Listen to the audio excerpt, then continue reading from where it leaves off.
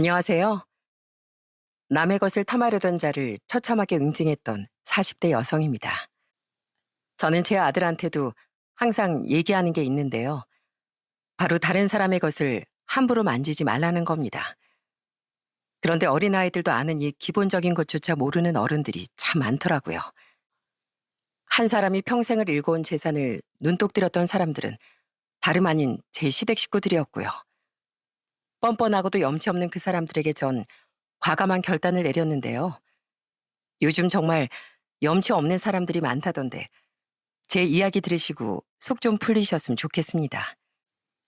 저희 친정 부모님은 경기도권에서 숙박업소를 운영하셨어요. 호텔 두 채를 운영하셨는데 이건 정말 아빠가 젊었을 때부터 발로 뛰고 열심히 일하면서 일궈온 성과랍니다. 아빠는 가난한 집에서 태어나 어릴 때부터 생활 전선에 뛰어드셨는데요. 처음 사회생활을 할 때부터 꿈꿔왔던 게 바로 호텔을 운영하시는 거였답니다.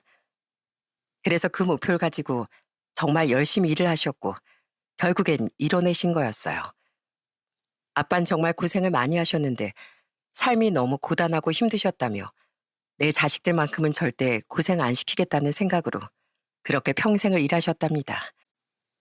엄만 절 임신하면서 일을 그만두셨고 4년 후엔 남동생을 낳으셨어요. 그런데 남동생이 태어나면서 저희 집엔 큰 걱정이 생기게 되었습니다. 바로 남동생이 선천성 심장 질환을 가지고 태어났거든요. 남동생은 태어날 때부터 약했고 매일같이 병원을 드나들었어요. 그땐 잘 몰랐지만 나중에 물어보니 남동생이 심장 결손이 여러 곳에 있어 수술을 여러 번 나눠서 해야 했다고 들었습니다. 지금도 기억에 남는 장면이 있다면 동생이 입원했을 때 병원 복도에서 앉아 놀았던 거예요. 그렇게 밖에서 한참을 기다리고 있으면 아빠가 병실에서 나오면서 제 머리를 쓰다듬어 주시며 말을 하셨죠. 우리 정이 아빠 많이 기다렸지? 얼른 집에 가자. 엄마는? 엄만 집에 안 가?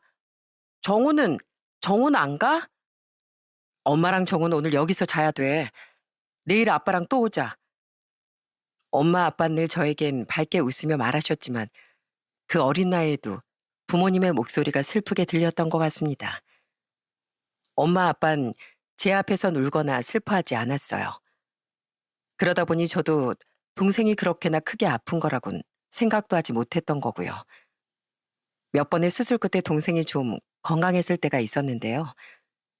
다른 친구들 동생들과는 다르게 밖에서 뛰어놀고 그러지 못했지만 동생은 늘 얌전히 제 옆에서 제가 하는 걸 구경하고 좋아하곤 했습니다. 그러면 전 동생이 웃는 모습이 좋아 더 열심히 옆에서 놀곤 했고요. 자, 정우야, 이거 봐봐라. 누나 그림 잘 그리지? 누나가 정우 너 그려줄게. 그 후로 전 학교에 들어가게 되었고 동생은 늘 엄마와 집에서 생활했습니다. 학교에서 제가 돌아오면 동생은 누나 누나 하면서 제 뒤를 졸졸 쫓아다니곤 했고요. 그러다 제가 2학년이 되었을 때 동생이 그 다음엔 유치원에 가기로 했습니다. 엄마도 아빠도 동생이 수술받고 나서 건강을 찾으면 이젠 유치원에도 보내야 될 것 같다 얘기를 하고 있었어요. 그런데 그 해가 마지막일 거라곤 아무도 상상조차 하지 못했죠. 심장병 수술을 또다시 한번 받아야 했던 남동생은 수술을 받고 나서 그만 합병증에 걸리고 말았어요. 그렇게 건강했던 동생이 결국 합병증을 이겨내지 못하고 세상을 떠나고 말았습니다. 그땐 저도 고작 9살이라 죽음이라는 걸 알고는 있어도 제대로 이해하지 못했어요. 그저 장례식장에서 목 놓고 우는 엄마 아빠를 보며 따라서 울 뿐이었죠. 정우야, 이렇게 가면 엄마는 어떡해. 정우야, 미안하다. 아빠가 미안해. 그때 처음 부모님이 통곡하고 오열하는 모습을 봤던 것 같아요. 아마 그때가 처음이자 마지막으로 부모님이 크게 슬퍼한 날이었던 것 같습니다. 그날 이후로 저희 가족은 한동안 너무나도 자연스럽게 동생 얘기를 꺼내지 못했어요. 겨우 몇 년이 지나 제가 초등학교를 졸업할 때쯤이었나 아마 그때부터 남동생 얘기를 가족끼리 할 수 있었던 것 같습니다. 그 정도로 남동생과 이별은 저희 가족에겐 너무나도 충격적인 일이었어요. 그렇게 큰 사건들을 겪으며 아빠 누구보다 가족에 대한 걱정이 많아지셨답니다. 특히나 건강에 대한 걱정이 많아지셔서 매일같이 운동하시고 엄마 저의 건강을 살펴보시곤 했죠. 남들은 학교에 엄마가 보통 데려다 주고 데리러 온다는데 전 아빠가 항상 데리러 오시곤 했습니다. 중학교랑 고등학교 때도 아빠 늘 절 데려다 주고 데리러 오셨어요. 그렇게 하교할 때면 아빠 둘이 이야기도 참 많이 나눴습니다. 아빠는 앞으로 호텔을 어떻게 운영할 건지, 요즘은 어떤 일을 하는지 등등 저에게 하나도 빠짐없이 다 얘기를 해주셨죠. 어린 제가 이해를 하는지 마는지 그런 것 따윈 중요하지 않고 그저 아빠의 일과와 일상을 늘 저에게 허물없이 다 보여주셨죠. 그런 아빠의 말을 전 이해하지 못하더라도 그냥 재밌게 들었던 것 같습니다. 아빠는 너무나도 멋있고 대단한 사람이었어요. 자신의 일을 사랑하고 열정적으로 임하면서도 가족들에게도 무한한 애정과 관심을 쏟는 그런 아빠가 전 이상형이었어요. 늘 저에게 사랑을 주는 부모님을 보면서 전 정말 행복하게 잘 살아야 되겠다고 다짐했었네요. 제가 힘들고 괴로우면 저희 부모님이 더 힘들겠구나 하는 생각이 많이 들었으니까요. 그래서 누구보다 밝고 명랑하게 그리고 행복하게 살고자 저도 많이 노력을 했었죠. 전 아빠가 평생 일권 호텔을 오래 유지하고 싶었습니다. 그래서 대학도 호텔 경영학으로 진학하게 되었고 졸업 후엔 아빠 호텔에서 취업을 해 일을 하게 되었습니다. 평사원부터 시작해 정말 열심히 일을 했습니다. 그런데 호텔에서 일하다 보니 정말 별의 별일이 다 있더라고요. 한 번은 오전에 퇴실을 하고 나간 방을 하우스키퍼가 청소를 하러 들어갔는데 아주 경악을 하면서 뛰쳐나왔던 적이 있었어요. 담당님, 저기 객실 한 번만 확인해 보시겠어요? 저거 청소하려면 꽤 오래 걸릴 것 같은데 한번 좀 보셔야 될 것 같아요. 네? 왜요? 아니, 완전 엉망진창으로 해놨더라고요. 이래놓고서 그냥 퇴실한 거예요? 아, 얼른 가서 한번 봐보세요. 그렇게 들어간 객실을 보고선 저 역시 경악을 금치 못했습니다. 정말 투숙객의 술을 진탕 먹고선 객실 내부를 엉망으로 만들어 놓았더라고요. 어디서부터 손을 대야 할지 난감할 정도로 여기저기 온통 뒤범벅을 해놨는데 그 모습을 보자마자 정말 할 말을 잃고 말았어요. 그날 그 방은 다음 투숙객을 아예 받지도 못했죠. 사실 이런 일은 그다지 큰 일도 아니긴 합니다. 그래도 이런저런 일들이 있어도 버틸 수 있었던 건 바로 정말 좋은 손님들 덕분이었어요. 하루는 아침에 한 손님이 퇴실하면서 호텔 쪽에 선물을 주고 싶다는 얘기를 하신 적이 있었거든요. 비싼 다가 선물 세트였는데 그걸 저한테 주시며 활짝 웃으시며 얘기를 하시는데 그걸 듣고서 정말 감동을 한 적도 있답니다. 혹시 작년에 기억나시는지 모르겠는데 저 여기 그때도 왔었거든요. 부모님 모시고 국내 여행하면서요. 아버지가 투병 중이라 마지막 여행일 것 같아서 여기저기 알아보다가 이곳에 왔는데 그때 룸 업그레이드도 해주시고 많이 챙겨주셔서 정말 편하게 숙박을 하고 갔습니다. 그때 여행이 아버지 마지막까지도 기억에 많이 남으셨던 모양이더라고요. 가시기 전에 여기 한 번 더 오고 싶다고 하셨는데 몇 달 전에 돌아가셨거든요. 그때 감사하다고 인사드리고 싶어서 이번에 요 근처 올 일이 있어서 여기 예약했어요. 그때 정말 감사했습니다. 작은 선물이지만 직원분들끼리 나눠두세요. 저희 호텔에 묵으면서 있었던 좋은 기억들을 잊지 않고 다시 찾아주시는 고객분들의 말을 들을 때면 마음이 따뜻해지고 정말 행복하고 보람차기도 했습니다. 그렇게 많은 일을 겪으며 전 아빠가 더욱 대단하다는 생각이 들었어요. 아빠는 호텔이 어떻게 하면 잘 운영될까 고민을 많이 하셨답니다. 그러면서도 자기 관리 정말 철저하게 하셨죠. 매일 새벽부터 달리기를 하시고 5km, 10km 마라톤도 나가실 정도였습니다. 어느 날은 메달을 따오시기도 했더라고요. 정이야, 이거 봐라. 오늘 이 아빠 마라톤 나가서 완주 메달 받았다. 대단하지? 이것 봐. 아예 아빠도 이렇게 메달 따는데 너도 얼른 운동 시작하라니까. 와, 아빠 진짜 대단하다. 난 아침에 일어나는 것도 힘들던데 어떻게 그 새벽에 일어나서 달려? 정말 대단하다, 대단해. 엄마, 아빠 좀 말려야 하는 거 아니야? 아유, 냅둬. 네 아빤 달리는 게 세상에서 제일 재밌대잖아. 아주 무병장수 100살까지 거뜬히 살겠어. 그럼 난 100살? 아니야, 100살 넘어서도 살 거야. 건강하게 오래오래 살아서 우리 정이 나중에 아이 낳고 손주가 결혼할 때까지도 살아야지. 그런 아빤 제가 결혼한다고 했을 땐 누구보다 기뻐하고 좋아하셨습니다. 아직 남자친구를 소개해 준 것도 아님에도 아빤 제가 선택한 사람이라면 무조건 좋은 사람일 거라고 저를 오로지 믿고 지지해 주셨죠. 그리고 결혼을 할 때 아빤 저와 남편을 부르시곤 깜짝 선언을 하셨답니다. 바로 저희 신혼집을 마련해 주시겠다는 거였어요. 자네도 알다시피 우리 집엔 자식이라곤 정이 한 명뿐일세. 난 우리 정일 위해서라면 뭐든 다 해줄 수 있어. 자네도 이젠 우리 집안 식구니 자네도 마찬가지고. 내가 신혼집 마련해 줄 테니까 둘이서 어떻게든 오순도순 잘 살아봐. 아버님, 정말 감사합니다. 저 정이랑 정말 열심히 행복하게 잘 살겠습니다. 그래, 그런 마음이 제일 중요한 거야. 부부가 살다 보면 안 싸울 때가 어디 있겠는가. 다투더라도 서로 잘 얘기하면서 풀고 그러면서 살면 되는 걸세. 그렇게 아빠의 도움으로 저흰 시내 중심가에 신혼집을 마련할 수 있었어요. 남편은 회계사였고 나름 능력 있는 사람이었어요. 시댁은 남편과 여동생 둘이 있었고 시부모님은 서울 외곽지에서 곱창집을 운영하고 있었습니다. 처음 결혼할 때까지만 해도 시부모님은 너무 소탈하시고 욕심도 없으시고 정말 부지런하셨어요. 가끔씩 시댁에서 하는 곱창집에 가서 도와드리면 너무나 좋아하셨고요. 아이고, 우리 며느리 덕분에 오늘은 일이 아주 수월하고 편하네. 정이야, 고맙다. 네 덕에 오늘 하나도 안 힘들어. 일하는데 괜히 여기까지 와서 일하게 돼서 어쩌니. 아니에요.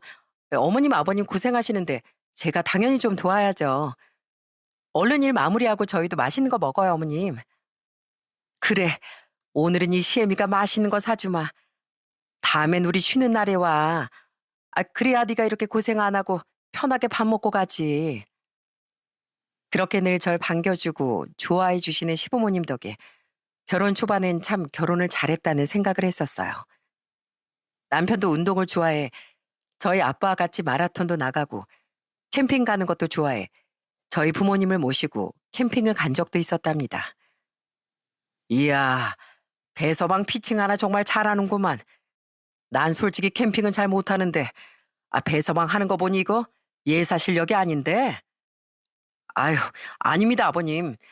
저도 그냥 겨눈질로 눈치껏 하는 거죠, 뭐. 아버님, 여기 아침에 딱 일어나서 이슬 살짝 맺혔을 때 마시는 커피가 그렇게 맛있더라고요. 제가 내일 아침엔 따뜻하게 커피 한 잔 타드릴게요.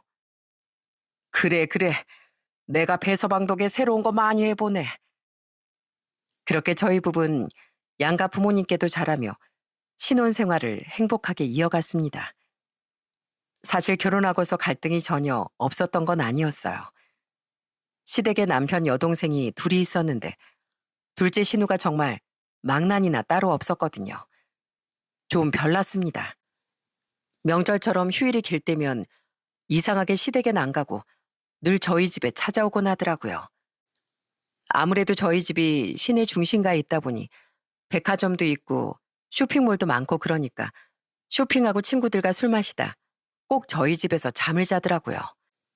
그렇게 한 번씩 오면 술에 취해 아주 예의를 밥 말아 먹을 때도 많았습니다. 아, 머리 아파. 언니, 라면 좀 끓여와 봐요. 라면에 술 한잔 해야지. 아가씨, 그냥 들어가 자세요. 시간 늦었어요. 왜요? 술 없어요? 하긴, 여긴 집에 술 마시는 사람 없지? 그럼 언니, 소주나 맥주 좀 사와봐요. 예? 지금 누구한테 사오라고 하는 거예요? 아가씨, 정신 차려요. 여기가 어딘지 알아요? 지금 누구한테 이래라 저래라 하는지 아는지 모르겠지만 지금 선 넘은 거예요. 정신 차리고 방에 들어가서 자요, 얼른. 언니, 어떻게 나한테 그런 소리를 해요? 오빠, 언니 나한테 화내, 오빠. 저랑 몇 살 차이도 안 나는 이 신우는 정말 정신도 못 차리고 버릇없이 구는데 진짜 처음부터 마음에 들지 않더라고요. 그래서 하루는 제대로 맘먹고 정신 차리게 혼쭐을 내주기도 했네요. 이거 안 되겠네. 아가씨, 계급장 다 떼고 말할게요. 내가 너보다 나이가 2살이나 많아. 알어? 근데 어디서 이래라 저래라 시키고 있어? 너 똑바로 정신 안 차릴래? 나이가 30이 넘어가지고 아직까지 애처럼 그따로 굴 거면 여기 오지 마. 난 그런 예의 없는 사람하곤 대면 안 하니까. 뭐, 뭐라고요? 새언니, 새언니라고 부르고 싶으면 또 네가 신우라고 대접받기 원하면 쌍방간에 예의 좀 차리자고. 그거 아니면 나도 얄짤 없어. 오빠, 새언니 말하는 것 좀 봐. 야, 그러니까 왜 새언니한테 까불어? 너보다 윗사람이야. 그게 무슨 말버릇이야?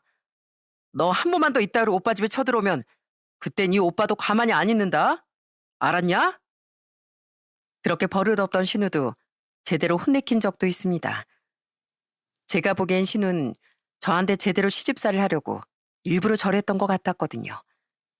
그래서 제가 좀 더 강하게 말을 했는데 다행히 그 후로 신우는 저에게 함부로 대하지 못하더라고요. 이상하게 막내 신우는 공무원에다가 착실하고 성격도 착하고 유순한데 둘째 신우는 30살 넘어서도 정신 못 차리고 직장도 다녔다 그만뒀다 그러더라고요. 처음엔 시댁에서도 그런 둘째 신우를 제대로 잡는 저에게 잘했다 하시곤 했습니다.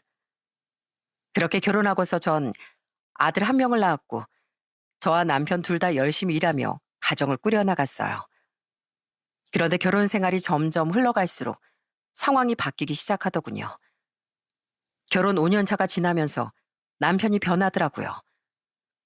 아들이 크면서 아빠를 찾는 시간이 많아지는데 남편은 늘 바쁘다며 퇴근 후에도 아들 얼굴도 잘 안 보고 쉬는 날에도 약속이 있다며 본인 다리를 잡고 늘어지는 아들을 뿌리치고 나가버릴 때도 많아졌습니다. 그런 남편과 정말 많이 다투기도 했어요. 당신 좀 너무한 거 아니야? 유준이가 당신하고 놀고 싶어서 당신만 기다리는데 어떻게 매주 그렇게 밖으로 놔둬라. 진짜 너무하다고 생각 안 해? 아이, 뭐 난 밖으로 놔두고 싶어서 그래? 아무리 회계사라고 해도 나도 영업 뒤와 먹고 산다고. 나도 다 밖에서 사회생활 하는 거야. 뭐 잘 알지도 못하면서 밖에서 논다 그래. 아무리 그래도 매주는 심했지. 평일엔 일한다 힘들어서 그런다 치더라도 주말마다 가족이랑 시간을 1시간도 안 보낸다는 게 말이나 돼? 애가 크면 당신하고 놀 시간이나 있겠어? 지금 애랑 시간을 보내야지 뭐 하는 거야? 아, 진짜 지긋지긋하다. 아, 당신이 엄마니까 애를 봐야지. 난 밖에서 사회생활 하면서 돈 벌어오잖아. 당신 아빠 회사에서 일하니까 사회생활 하는 사람 심정을 잘 모르는 거야. 사회생활은 정글이라고, 정글. 전 남편의 말에 정말 기가 막혔어요. 아무리 제가 아빠 회사에서 일한다고 해도 저 역시 다른 사원들이랑 똑같이 출퇴근하고 똑같이 일을 하고 있었거든요. 도대체 제가 뭐가 편하게 일하고 있다는 건지 오히려 떵떵거리면서 큰소리치는 남편에게 진짜 어처구니가 없더라고요. 남편만 바뀐 거였으면 말도 안 꺼냈을 겁니다. 시댁도 시간이 지나면서 슬슬 바뀌기 시작했어요. 애초에 제가 시댁에 잘하려고 이것저것 챙겼던 게 문제였을까요? 처음에 명절이고 생신이고 용돈을 두둑하게 챙겨드리면 너무 고맙다고 하시던 분들이 점점 갈수록 금액이 적다, 부족하다, 난리도 아니더라고요. 하루는 시모 생신에 명품 지갑에 용돈까지 두둑이 챙겨서 드렸는데 그걸 보고선 둘째 신우랑 시모가 엄청 섭섭해 하더라고요.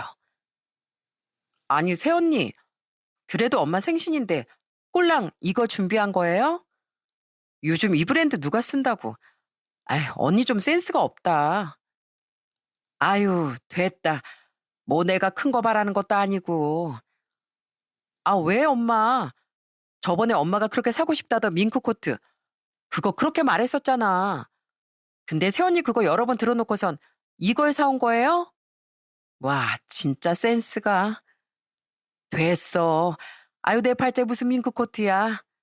어머마, 괜찮다. 이걸로도 충분하지 뭐. 옆집 영어 엄마 며느리가 밍크 코트에 목도리까지 해줬다던데 그거나 구경하지 뭐. 제 앞에서 바로 비꼬면서 얘기하는 그 두 사람을 보면서 어찌나 어이가 없던지 당장 그 물건들을 회수하고 싶더라고요. 그래도 막내 신우마는 제 편이 되어줬습니다. 뭐야, 언니랑 엄마 왜 그래? 이거 엄청 비싼 건데 몰라? 요즘 이거 찾는 사람 엄청 많아. 언니랑 엄마가 더 센스가 없구만 뭘. 새언니, 진짜 대박이에요. 어떻게 이걸 사왔어요? 거기다가 용돈까지. 와, 새언니 진짜 대박이다. 나라면 이런 얘기 듣고 그냥 가지고 가겠어요. 언니, 그냥 가지고 가버려요. 아, 왜? 뭘 가지고 가? 엄마 얼른 챙겨. 아유, 그래. 뭘 도로 가지고 가고 그러니. 고맙다, 에미야. 좋은 거 선물해줘서 고맙구나.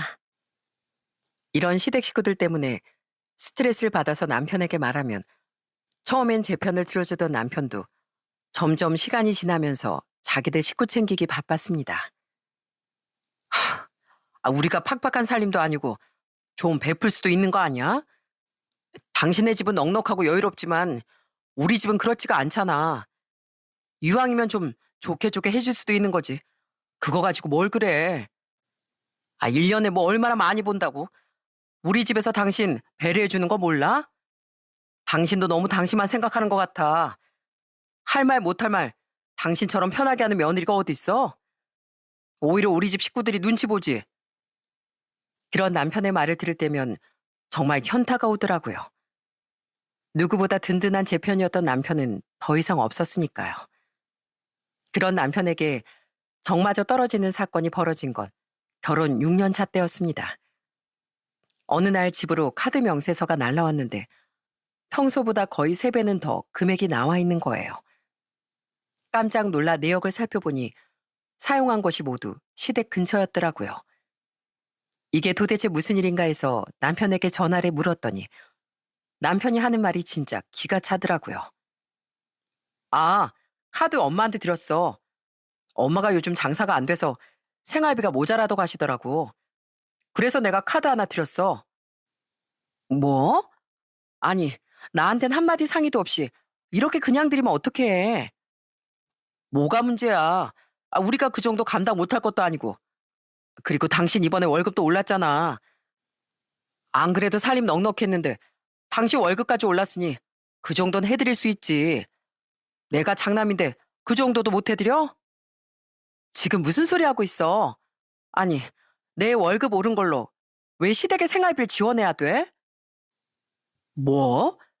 와, 당신 진짜 치사하다. 아니, 그럼 우리 집은 뭐 남이야?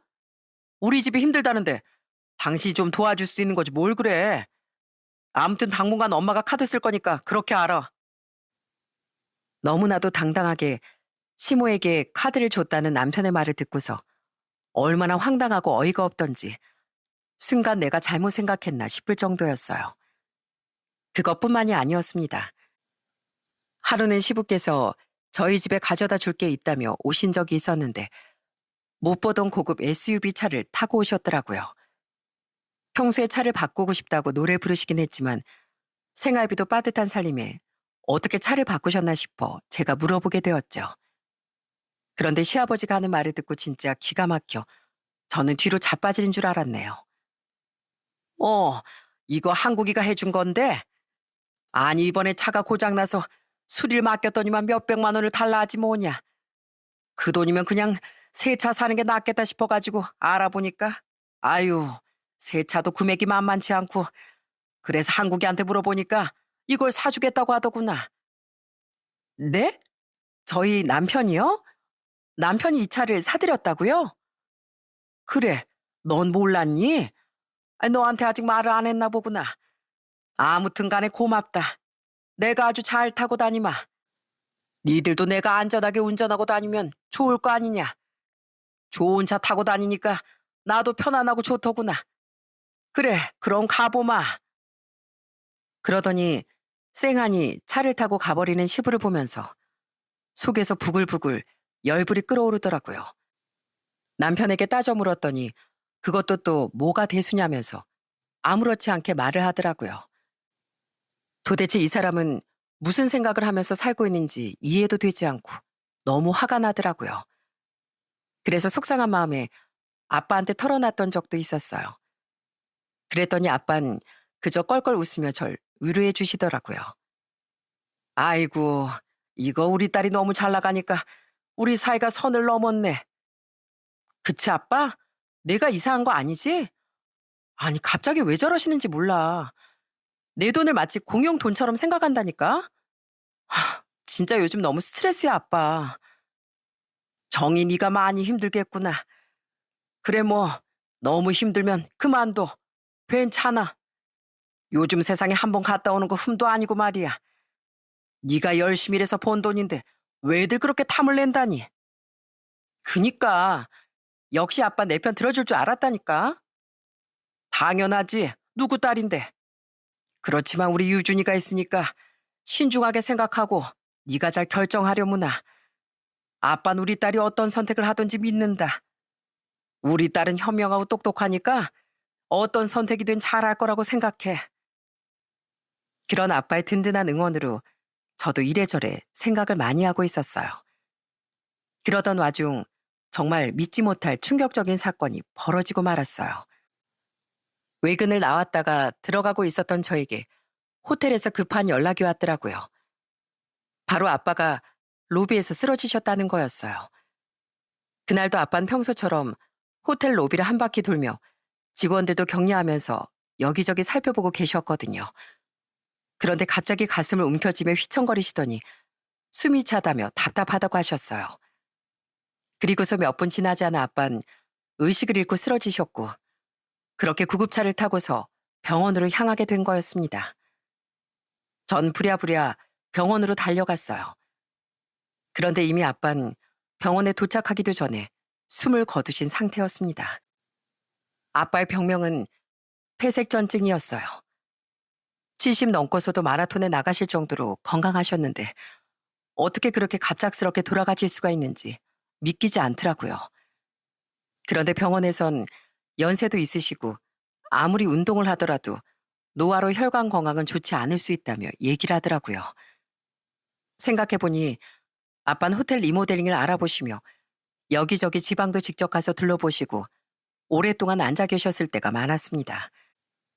아마 그것 때문에 다리에서 생긴 혈전이 폐혈관을 막았던 모양이었어요. 정말 갑작스런 아빠의 이별은 저와 엄마에게 무엇보다 충격적인 사건이었죠. 어떻게 장례식을 치렀는지 기억조차 나지 않을 정도로 정신도 못 차리고 내내 오열했습니다. 장례식장을 찾아오시는 수많은 조문객들은 갑작스런 아빠의 소식에 다들 눈물을 흘리셨고 같이 슬퍼해 주셨고요. 그런데 그 와중에도 이상하게 시댁 식구들은 눈물 한 방울 흘리지 않고 장례식 내내 한쪽에서 자리를 차지해 그냥 앉아있기만 하더라고요. 그땐 저도 정신이 없어 그것까지 신경 쓰지 못했습니다. 그저 막내 시누이만이 절 안아주며 같이 눈물을 흘렸죠. 언니, 언니 밥은 좀 먹었어요? 이러다가 언니도 쓰러져요. 제가 사돈어른 살필 테니까 한 숟갈이라도 들어요. 이러다 언니까지 큰일 나면 어쩌려고요. 아가씨, 내가 어떻게 밥을 먹겠어. 우리 아빠 그렇게 갑자기 보내고 내가 밥을 어떻게 먹어. 언니, 이럴 때일수록 정신 바짝 차려야죠. 사돈 어르신 잘 보내드리려면 언니가 힘을 내야 돼요. 그렇게 막내 씨는 장례식 내내 제 곁에서 살뜰히 저와 엄마를 돌봐주었고 그 덕분에 저흰 아빠를 무사히 보내드릴 수 있었답니다. 통곡의 장례식이 끝나고 아빤 남동생 곁에서 잠들게 되었고 저 엄만 정말 탈진을 한 상태로 집으로 돌아오게 되었어요. 저도 저지만 전 엄마가 너무나도 걱정이 됐습니다. 동네에서도 인고 부부로 소문났던 엄마가 갑작스런 아빠와의 이별을 어떻게 받아들일 수 있을지 걱정이 태산 같았어요. 그래서 남편에게 당분간 친정에 있다 오겠다고 얘기를 했습니다. 그러자 남편도 흔쾌히 그러라며 얘기를 하더라고요. 그러면서 전 슬쩍 남편에게 얘기를 꺼낸 게 있었어요. 여보, 엄마가 많이 힘들어 하시는데 이건 그냥 내 생각인데 엄마 곁에서 우리가 살거나 그러면 어떨까? 아니, 당신이 안 내키면 어쩔 수 없지만 엄마 혼자 계시면 많이 힘들 것 같아서 말이야. 그래? 뭐 그건 차차 얘기해보자. 일단 장모님이랑 마음 잘 추스르고 있어. 그렇게 장례가 끝나고서 한 3일 정도 지났을 때 남편은 의논할 얘기가 있다며 잠깐 집으로 와 얘기 좀 나누자고 하더라고요. 전 그때 제가 꺼냈던 얘기에 대해 할 말이 있나 생각을 했었어요. 그래서 바로 집으로 향했더니 그 자리엔 시부모님과 둘째 신우까지 모두 와 있더라고요. 어, 왔니? 그래, 사돈댁은 좀 괜찮으시고? 네, 괜찮으세요. 근데 어떻게 다 여기 모이셨어요? 아니, 안 그래도 너랑 이래저래 할 말이 있을 것 같았는데 네가 친정에 가 있는다고 해서 여태 말을 못했다. 아, 그러다가 한국이가 너랑 긴히 상의할 얘기가 있다지 뭐냐. 그래서 우리도 왔지 뭐. 아, 무슨 일 때문에 그러시는데요? 그때 전 시모 입에서 나온 말을 듣고 정말 그 자리에서 까무라치는 줄 알았습니다. 도저히 인간이라면 하지 못할 얘기를 그 자리에서 꺼낼 줄은 상상조차 하지 못했죠. 들어보니까 네가 네 엄마를 모시고 살고 싶다 그랬다며? 그래, 뭐 잘 생각했다. 네 엄마 이제 혼잔데 자식이라곤 또 너 하나뿐이니 네가 가서 모실 수도 있지 뭐. 아, 아직 결정된 건 아니고요. 남편하고 상의를 좀 더 해봐야 될 것 같아요. 아직 엄마한테도 여쭤본 건 아니라서요. 그러니? 아, 그래 뭐 여기서 얘기하면서 의논해보자. 다른 것보다 너희 아빠 지분을 어떻게 나눠야 할지 우리도 고민이라 너랑 의논하려고 불렀다. 네? 뭐라고요? 저희 아빠 지분을 왜 의논한다고 하시는 거죠? 어? 예, 당연히 의논을 해야지. 우리 아들이 사위인데 당연히 나눠야지. 전 그 말을 듣고 너무나 벙쪄서 가만히 서 있는데 그 옆에서 남편도 시모의 말을 거들더라고요. 여보, 내가 사위인데 사위도 자식이니까 지분이 있지. 내가 회계사잖아. 내가 지분 정리 확실하게 해줄게.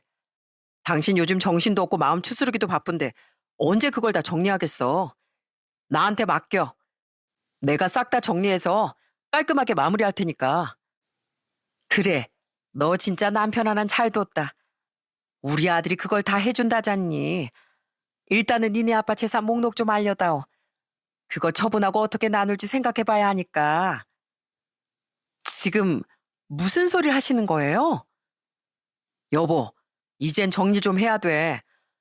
물론 장인어른 그렇게 가신 건 안타까운데 더 늦기 전에 정리하는 게 맞아. 당신 입장에선 이렇게 빨리 정리하는 게 좀 속상할 수 있겠지만 어쩔 수가 없어. 법이라는 게 그렇다니까. 일찍 정리하고 그러는 게 좋아. 아니, 그게 아니라 우리 아빠 재산을 왜 당신하고 거기다 어머님 아버님이랑 나누냐고. 전 너무나 황당하고 어이가 없었습니다. 아무리 생각해봐도 그 재산을 왜 시댁 식구들과 나눠야 하는지 이해가 되지 않았어요. 그런데 그렇게 생각하는 건 그 자리에선 오로지 저뿐이었던 것 같습니다. 제 말에 모든 식구들이 깔깔 웃으며 이해가 안 된다는 듯 오히려 저에게 뭐라고 하더라고요. 아, 예. 아유, 너야말로 무슨 소리 하는 거니? 당연히 우리하고 나눠야지. 우리 가족이잖아, 가족. 얘가 아직 마음 정리가 안 돼서 그런가 보네. 정이야, 넌 아무 걱정하지 마. 우리 한국이가 다 알아서 해준다니까. 일단은 사돈께서도 앞으로 먹고 살아야 하니 호텔 한 채는 드리고 한 채는 우리가 운영하면 되겠구나. 아니면 한국이가 그냥 거길 운영해도 괜찮고. 아니, 왜? 난 솔직히 거기보단 다른 지역이 좀 더 낫더만. 내가 또 봐둔 곳이 있어. 우리도 언제까지 곱창집 운영할 거야? 이제는 은퇴도 해야지. 난 펜션이 운영하고 싶더라고. 집은 뜯어가지고 처분해서 좀 한적한 곳에 펜션 지어서 당신하고 나하고 노후 살면 되잖아. 한두 동 정도만 마련하면 좀 괜찮지 않겠어? 어머, 당신은 그런 생각도 다 했어? 하여간 머리가 비상하다니까 당신은. 그래, 애미야. 우리 아들이 사위니까 지분도 있고 우리도 아들 부모니까 우리 지분도 있고 그러는 거지 뭐. 네 신우도 네 남편 동생이니까 좀 떼어줄 수도 있는 거고 말이야. 우리 너무 빡빡하게 굴지 말자. 앞으로 평생 얼굴 보고 살 가족인데 이 정도는 해줘야지. 그리고 재산 다 갖고서 관리하려고 하면 힘들어. 한국이가 다 알아서 해준다니 넌 걱정하지 말고 그저 맡기기만 하면 된다. 그래 언니. 난 큰 거 안 바래요. 그냥 차 한 대만 사주면 돼. 언니네 아빠 평생 호텔 운영하면서 재산도 꽤나 될 텐데 거기서 내가 차 한 대만 사달라고 하는 거면 엄청 소박하지 뭐. 안 그래요? 저는 이 뻔뻔하고 염치 없는 시댁 식구들을 보면서 진짜 헛웃음이 절로 나오더라고요. 이 사람들이 장례를 치른 지 얼마 안 되고서 절 부른 이유가 있더라고요. 제가 정신이 없으니 이때다 싶어 후루룩 저희 집 재산을 가로채려고 한 듯 보였습니다. 그 속내가 딱 느껴지니까 얼마나 웃겼는지 모릅니다. 그래서 전 그 앞에서 풋하고 웃어버리고 말았네요. 그러니까 이 바보 같은 시댁 식구들은 제가 동일한 걸로 생각하더라고요. 그래, 그래. 아유, 그렇게 웃으면서 좋게 좋게 우리 정리하면 얼마나 좋니. 애미야, 넌 아무 걱정하지 말어. 네 엄마 모시고 사는 거? 그래, 네가 그러고 싶으면 그래야지. 그 집도 큰데 니들 들어가서 살면 될 거고. 어, 여기 집은 우리가 들어와 살면 되겠구나. 오, 그러네. 괜히 집 처분하지 말고 우리 집 처분해서 우리가 들어와 살면 되겠네. 역시 엄마 똑똑하다, 똑똑해. 새언니, 이렇게 정리하면 되겠어요. 여보, 그럼 동의한 거지? 그럼 그렇게 알고 내가 정리한다. 뭘 정리하겠다는 거야? 지금 다들 날 바보로 하는 거야? 어? 여보, 갑자기 왜 그래? 뭐, 갑자기? 야, 넌 회계사식이나 되면서 머리가 그렇게 안 돌아가니? 내가 그렇게 얘기하면, 그래, 그러라고 그럴 줄 알았어? 와, 당신 진짜 헛똑똑이다, 헛똑똑이. 그러자 분위기를 파악한 시모가 당황하더니 화를 내기 시작했어요. 예, 너 지금 무슨 소리 하는 거니? 뭐, 야? 어디서 함부로 남편한테 야라고 해? 너 지금 장례 끝난 지 얼마 안 돼. 정신을 놨나 본데? 아무리 그래도 예의는 지켜야지, 예의는. 우리가 뭐 우리 좋다고 그러냐? 너 편하라고 네 상황 봐주는 거잖아. 네 엄마 모시고 살라고 하는데 그게 어디 쉬운 줄 알아? 뭐라고요? 예의요? 지금 예의 없는 게 누군데 저한테 예의를 운운하세요? 저희 아빠가 평생 이룬 재산에 당신들이 무슨 지분이 있다고 이 난리냐고요? 뭐 아빠 그렇게 가신 게 그렇게 신나세요? 돌아가신 지 얼마나 됐다고. 재산이고 지분이고 이따로 얘기 나누는 게 지금 맞다고 생각하시냐고요. 우리 아빠가 재산 중에 귀한 게 뭐가 있다고 입을 대시냐고요. 뭐? 너 지금 어디서 큰 소리야? 아니, 우리가 왜 지분이 없어?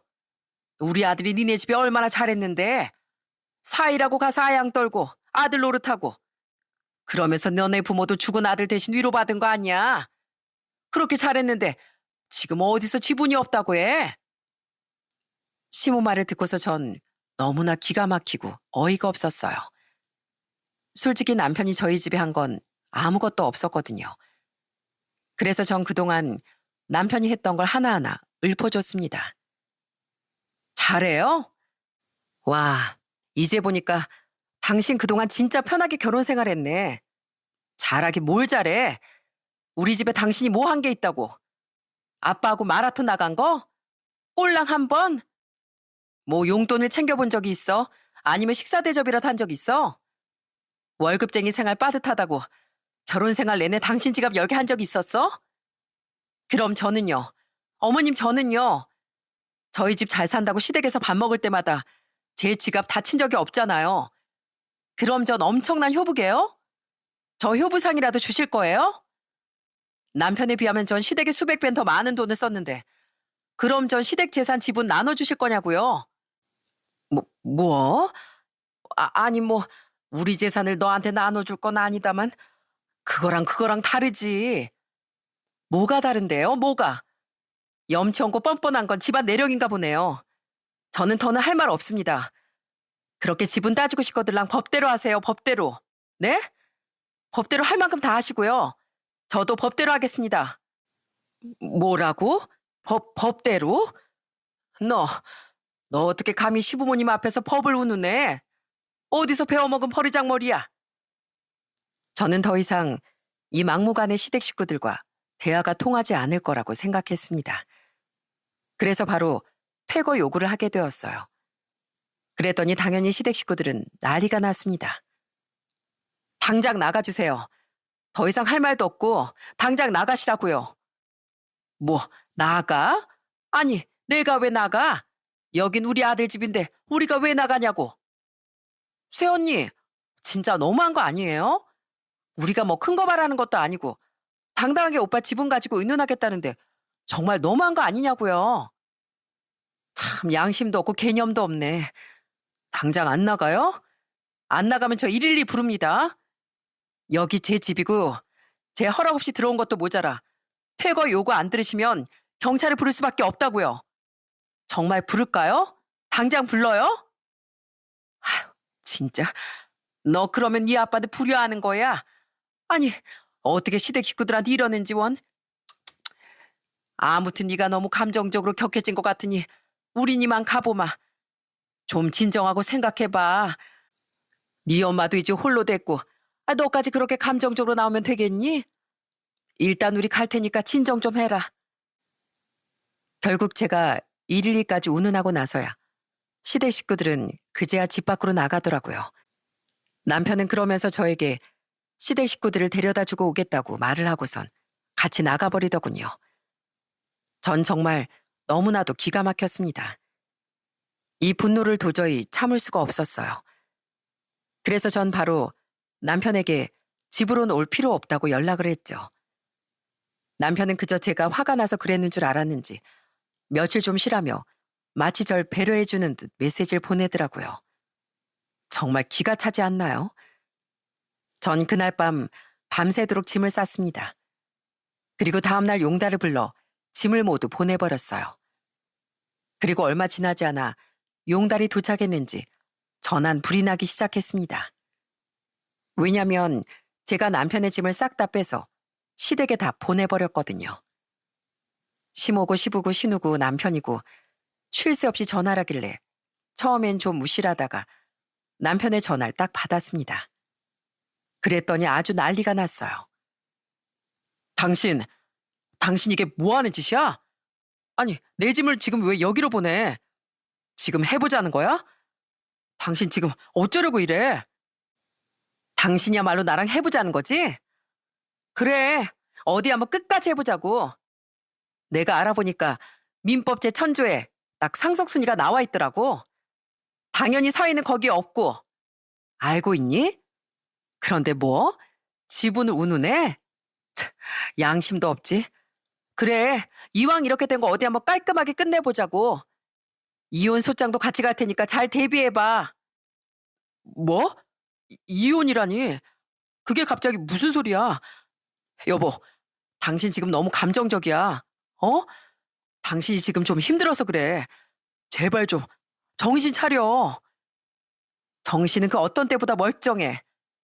당신네들이 내 정신을 아주 번쩍 차리게 해줬거든. 아, 그리고 당신이 나 몰래 시모한테 카드 줬던 거, 시부차 뽑아줬던 거, 그리고 급여 올라도 공유 안 하고 쥐꼬리만한 생활비만 줬던 거 싸그리 다 증거로 모아서 소송했거든? 재산분할 참 재밌게 될 거야. 그리고 상대방 동의 없이 부부 재산 마음대로 멋대로 쓴 것도 이혼 사유가 되더라. 위자료 청구도 가능하던데. 난 그렇게 소송했으니 똑똑한 당신도 어디 한번 대비해봐. 여보, 아, 진짜 왜 그래? 어? 대체 왜 그러냐고. 우리 말로 하자, 말로. 말로 하자고. 우리가 이미 말로 할 시긴 지난 것 같은데 난 당신하고 할 말 없어. 할 말 있거들랑 내 변호사하고 얘기해. 그렇게 전 남편의 전화를 끊어버렸습니다. 그 뒤로 정말 냉정하게 소송을 진행했어요. 솔직히 재산 분할이고 뭐고 마음 같아선 그냥 빨리 끝내버리고 싶었지만 최대한 남편에게 뜯을 수 있는 만큼 위자료는 다 뜯고 재산 분할도 한 푼 양보 없이 받을 수 있을 만큼 다 받게 진행을 했습니다. 당연히 신혼집은 아빠가 해준 집이고 재산 분할할 때 남편이 이래저래 시댁에 빼돌린 재산이 많아 저한테 유리하게 분할받을 수 있었어요. 나중에 결과 보니 거의 남편의 재산 분할을 받을 게 별로 없을 정도였답니다. 당연히 아이 양육권도 저에게 올 수밖에 없었죠. 아이가 아빠와의 유대 관계가 별로 좋지 않을 뿐더러 그동안 양육에 소홀했다는 것도 수많은 메시지 내역에 남아 있었고요. 그렇게 이혼을 하고서 전 다시 친정으로 아이와 함께 들어가 살게 되었어요. 그리고 전 아빠 대신에 호텔 운영을 하게 되었답니다. 이혼을 하고서 나중에 전 남편이 전화가 온 적이 있었어요. 그러더니 하는 말이 어찌나 기가 찬지 모릅니다. 여보, 잘 지내고 있어? 유준인 잘 지내? 당신 호텔 보니까 잘 되는 것 같더라. 다행이야. 실없는 소리 하려고 전화했니? 당신 목소리 듣고 싶지 않으니까 전화하지 마. 유준인 왜 찾아? 왜? 이혼하고 나니까 그제서야 아들이 보고 싶니? 참, 웃긴다. 당신 아들 그렇게 당신 찾을 땐 한 번 뒤돌아보지도 않더니 이제 아들이 당신 안 찾으니까 이제야 보고 싶어? 여보, 미안해. 내가 진짜 잘못했어. 나 요즘 진짜 힘들다. 엄마 내 카드 계속 쓰고 다니고 아버지 차 할부금도 너무 벅차고 나 진짜 미치겠어. 남는 돈도 없고 당신한테 양육비 보내고 나면 내 수중에 남는 것도 없어. 나 진짜 힘들어, 여보. 그걸 왜 나한테 말하니? 당신 딱 그 정도가 수준이 맞는가 봐. 내가 당신을 너무 올려줬었지. 그지? 송충인 솔잎을 먹고 살아는데 말이야. 당신 그 입노름에 놀아나고 싶지 않으니까 다신 전화하지 말고 양육비나 꼬박꼬박 보내. 후회의 눈물을 흘리며 말하는 전 남편의 목소리를 들으니 얼마나 통쾌하던지요. 그러게 있을 때 잘했으면 얼마나 좋았겠습니까? 이제 뭐 떠난 버스니 후회해봤자 아무 소용도 없죠. 어쨌든 그 후로 전 엄마와 같이 호텔 운영에 열중하고 있어요. 직원들도 옆에서 정말 많이 도와주시고 절 응원해 주셔서 무사히 잘 운영하고 있답니다. 엄마도 처음엔 많이 힘들어 하셨는데 그래도 저와 손주가 있어서 그런지 요즘은 종종 웃기도 하시고 아빠 얘기도 자주 자연스럽게 꺼내시기도 합니다. 오히려 하늘에 먼저 간 남동생이 혼자라 늘 신경이 쓰였는데 이젠 아빠가 같이 있을 테니 안심이 된다고 하세요. 그러면서 엄만 자신도 머지않아 남동생과 아빠를 만나러 갈 거라고 말하시지만 전 솔직히 엄마를 보내고 싶지 않습니다. 앞으로 한 30년은 더 같이 있고 싶어요. 부디 엄마가 제 곁에 오래 있을 수 있도록 하늘에서 아빠 남동생이 저를 잘 지켜봐 줬으면 좋겠습니다. 참 돈이라는 게 사람 마음을 이렇게 변하게 만드는 거더라고요. 돈이 사람을 행복하게도 만들지만 돈 때문에 사람이 망가지는 모습도 보게 되니 정말 무서운 존재라는 걸 많이 실감하게 되었습니다. 여러분들 중에서도 살아가는데 제일 중요한 게 돈이라고 생각하는 분들 많이 계시겠죠? 그렇지만 제가 이렇게 겪어보니 돈은 중요한 게 아니더라고요. 더 중요한 건 소중한 사람들과 행복하게 보내는 시간이라고 생각합니다. 나중에 좀 더 여유가 있으면 그때 소중한 사람들과 시간을 보내면 되겠지 하고 생각했다면 그 생각은 잠시 접어두고 지금 당장 소중한 사람들을 만나러 가보시는 건 어떨까요? 나중에 후회하시기 전에 꼭 소중한 시간 많이 보내시길 바랍니다. 제 긴 이야기 들어주셔서 정말 감사드려요. 저희 가족들이 앞으로 행복하게 잘 지낼 수 있도록 많은 응원 부탁드리면서 여러분도 행복하시고 건강하시길 바라겠습니다.